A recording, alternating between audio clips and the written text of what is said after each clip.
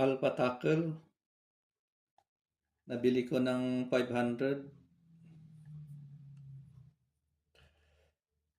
Alpha MX 401.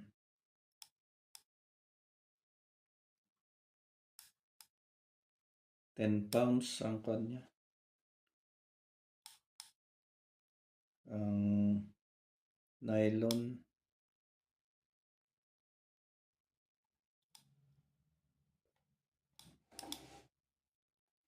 Hindi na siguro masama ito. 500. Ayos mo naman. Ayos. Pwedeng i-reverse itong handle. Maging kanan. Ayan na. Japan pala itong kan. Alpha Tackle. MX.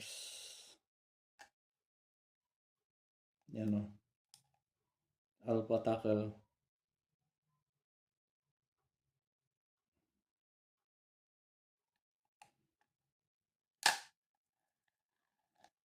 Smooth naman siya.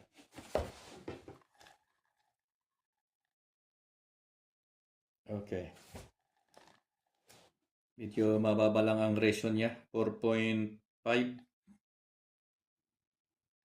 Medyo mabagal ang hatak mo pag 4.5. Pero ayos na yung sa mga medium na isda. Yung hindi pang mamaw. Pero pwede na siguro 10 pounds lang, mga 5 kilos. Mga 5 kilos ang kaya niya. Ang hatak niya siguro ito. Malaki siya. Pero hindi naman ganong mabigat. Pwede na doon sa